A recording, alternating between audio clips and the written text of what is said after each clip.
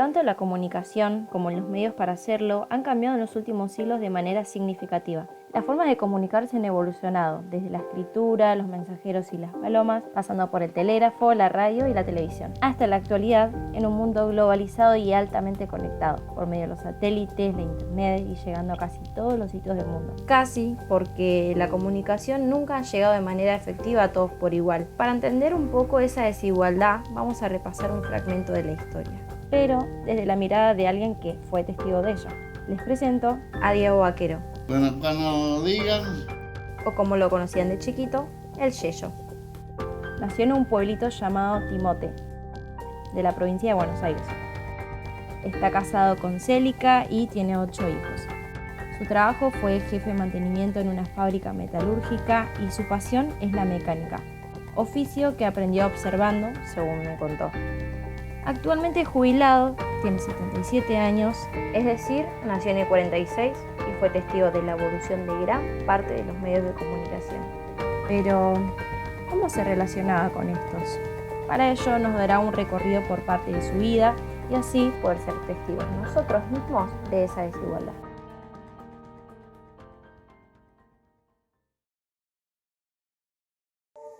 ¿Va a echarle un ratito? bueno,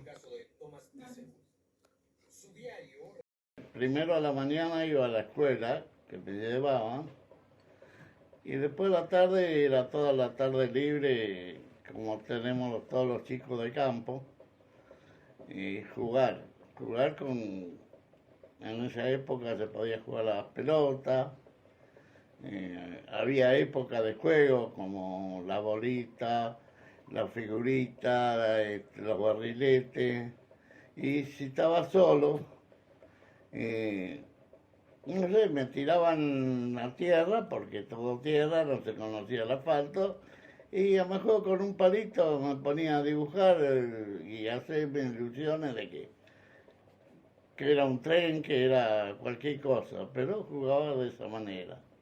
Entretenerme, bueno, ya esa época del cine, que era el único lugar que había para irse, a lo mejor 2 o 3 veces a la semana. Bueno, el cine estaba así, el pueblo era muy chiquito, el pueblo sería el ancho de lo que es la playa del ferrocarril, que son 10 cuadras, y tendría 4 cuadras de ancho. Y el cine estaba sobre lo que hoy es una avenida, en la ruta 70. Estaba ahí el cine, era una sala muy grande, antigua, todo muy bien preparado, también de época, con butacas de madera. Y bueno, las películas que se daban eran también de época. Las más conocidas eran todas del Far West, española, mexicana, todo ese tipo de películas. Y ahí también los enteramos, porque antes de empezar la película, por ejemplo, se daban noticieros, que a lo mejor pasaron un mes de la noticia, pero para nosotros era nueva. Para el año 1950 ya había diversas maneras para informarse. El cine era usado tanto como medio de entretenimiento, así también como medio de información. Los cines, en los pueblos alejados de las grandes metrópolis, eran mayormente los lugares de entretenimiento primordiales. Su contenido estaba constituido por cortometrajes y películas, pero también, como entrada, al principio de cada función, transmitían noticias que por obvias razones llegan de forma desfasada a la realidad. Eso nos demuestra que el monopolio de la información estaba concentrado en una parte del país, mientras que en otros sitios la llegada de las noticias era tardía. Bueno, lo divertíamos de esa manera, no había más. Otros recuerdos, pero era más chico, ahora que me estaba acordando, cuando vivía en el pueblo.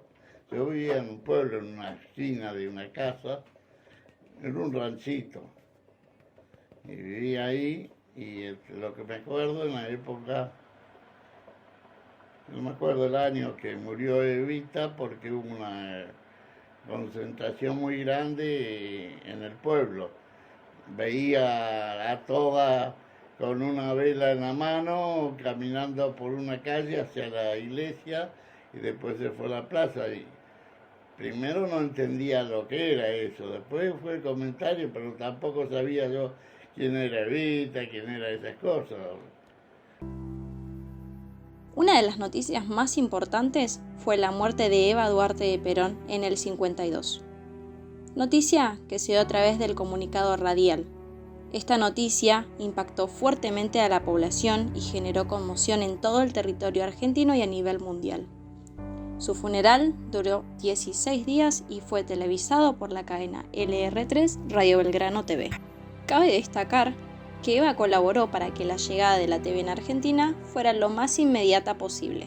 Se colocó una antena de 50 metros de altura y un equipo transmisor en el edificio del Ministerio de Obras Públicas, ubicado en la avenida 9 de Julio.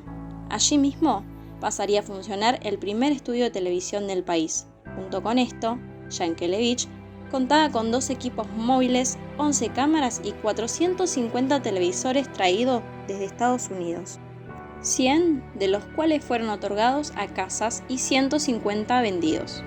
Su primera emisión oficial fue realizada el 17 de octubre de 1951, televisándose el día de la lealtad peronista de aquel año, siendo también el último acto público de Eva Perón junto a su esposo Juan Domingo Perón. Después ya de más grande, teniendo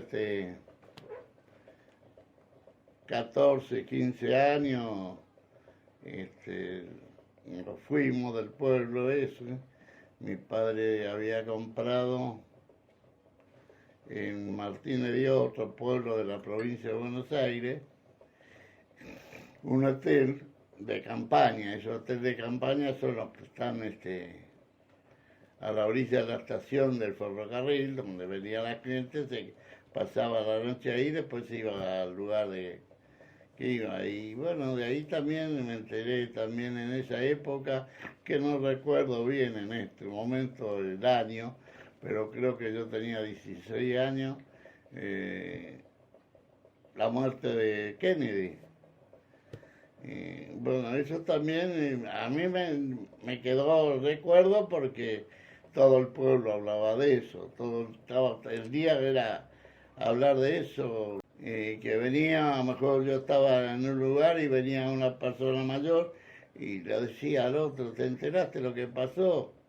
Entonces uno, inclusive tampoco a esa edad, políticamente no sabía nada.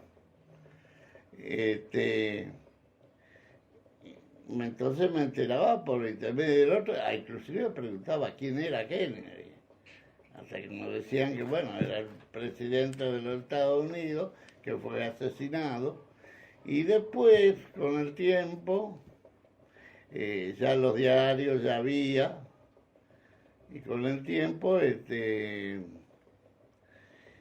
se fue pasando, viendo los diarios, los dibujos, las fotografías que traían. También después en esa época, en el pueblo ese había una especie de heladería o confitería bailable que se hacía materia de la tarde, y el único lugar que había un televisor. Entonces íbamos y mirábamos las noticias ahí en el televisor, donde se reunía mucha gente para mirar eso. Y de paso tomábamos algo. Otro incidente histórico que tuvo gran impacto a nivel mundial debido a la influencia de los medios de comunicación fue el asesinato de John Kennedy. El presidente estadounidense fue víctima del ataque del francotirador Lee Harvey Oswald el 22 de noviembre de 1963 en Dallas, Texas, mientras se encontraba en la limusina presidencial con su esposa, Jacqueline, y el gobernador de Texas, John Connally. El incidente resultó ser impactante por el hecho de ser transmitido en vivo por un canal estadounidense que comunicaba la noticia de su llegada a Dallas, noticia que luego se divulgaría por diferentes partes del mundo, incluida Argentina. Durante la gestión de Illia, las personas pudieron presenciar el hecho e informarse a mano de los medios, pero debido a las desigualdades de acceso, no todos los presenciaron de igual manera. El incidente en cuestión revolucionó la mediatización y la manera de transmitir información. Las cadenas de televisión se vieron obligadas a mantener informados a los televidentes en vivo. Los periódicos hicieron lo que pudieron, pero todo pasaba muy rápido, por lo cual fue un evento totalmente cubierto por la radio y la televisión. Para ese entonces, ambos ya formaban parte del consumo de masas en Argentina. La información se transmitía rápidamente, tanto para aquellos que utilizaban los medios como para los que no gozaban de alguno, ya que de todas formas la mediatización permitió que la sociedad compartiera la información del reciente suceso de manera directa e indirecta. También cuando vivían en Martínez Dios fui operador de cine. Operador de cine era pasar películas.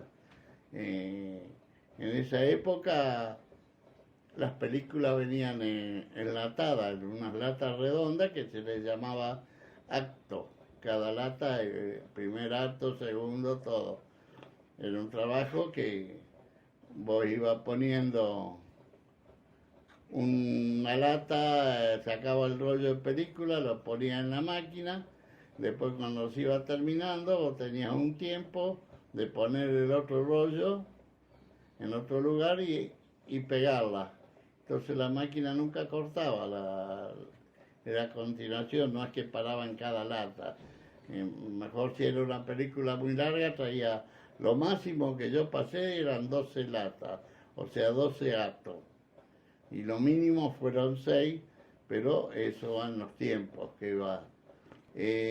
Porque trabajaba mi hermano ahí, y cuando mi hermano se casó, no había quien pasara película, porque como yo iba y le ayudaba a mi hermano, yo sabía cómo hacer, así que me quedé yo pasando. Pero no mucho tiempo, no sé si fueron 3, 4 meses.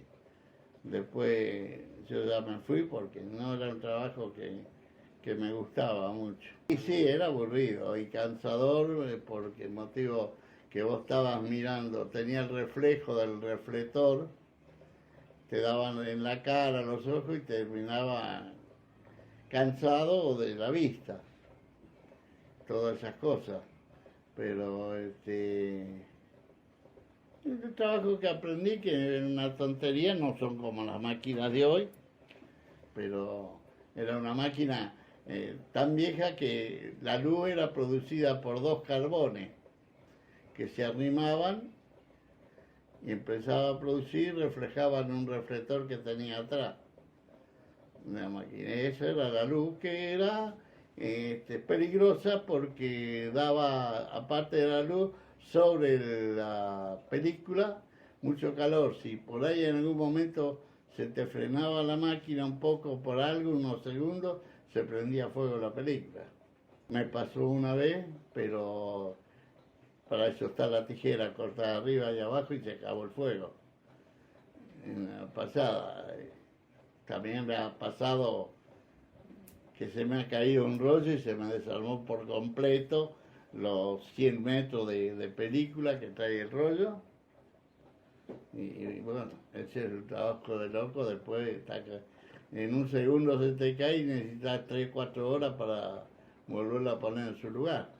No, los rollos mayormente se me cayó una sola vez, pero cuando saqué el rollo, porque cada acto termina, cuando vos pasás, hay unas señales en la película que son crucecitas y puntitos que se está terminando ese acto. Entonces vos cuando pasás, la cortás, lo ponés en la lata y lo dejás aparte de un lado, porque después tenés que pasarla por una máquina para ponerla bien la película, para que no te quede al revés.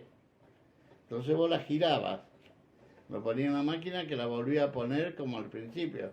Si no la ponía el acto así, empezaba de atrás para adelante. Eso es el trabajo que tenía que tener cuidado, era trabajo que había que prestar atención nada más, de las cosas que podrían ocurrir. A veces se te desenfocaba la luz, que había que corregirlo, que no era una cosa para corregirlo muy práctica, sino que había que tener mucha mano, Si no, la película se veía negra o se iba fuera de foco en la cosa y la gente te silbaba de abajo. Y eso me ocurrió también. El cine como lo conocemos actualmente es un medio de entretenimiento masivo donde el contenido es muy amplio y busca abarcar a varios tipos de público. Desde las películas infantiles hasta una película de acción, desde una comedia romántica hasta una película de terror.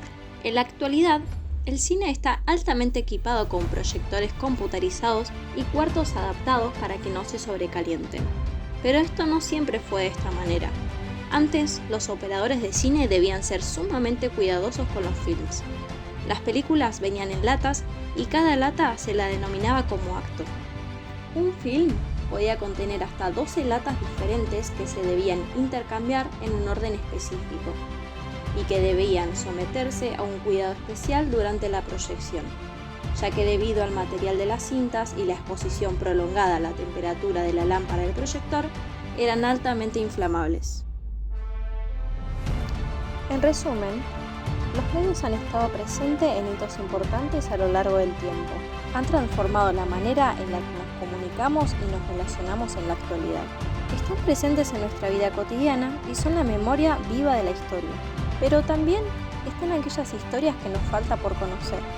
Historias que no están en los libros, ni en los textos, ni en las películas. Historias de ciudadanos comunes con experiencias únicas y singulares, que nos muestran una realidad totalmente diferente. Por eso, no vamos a estar 100% informados mientras la brecha de desigualdad siga presente.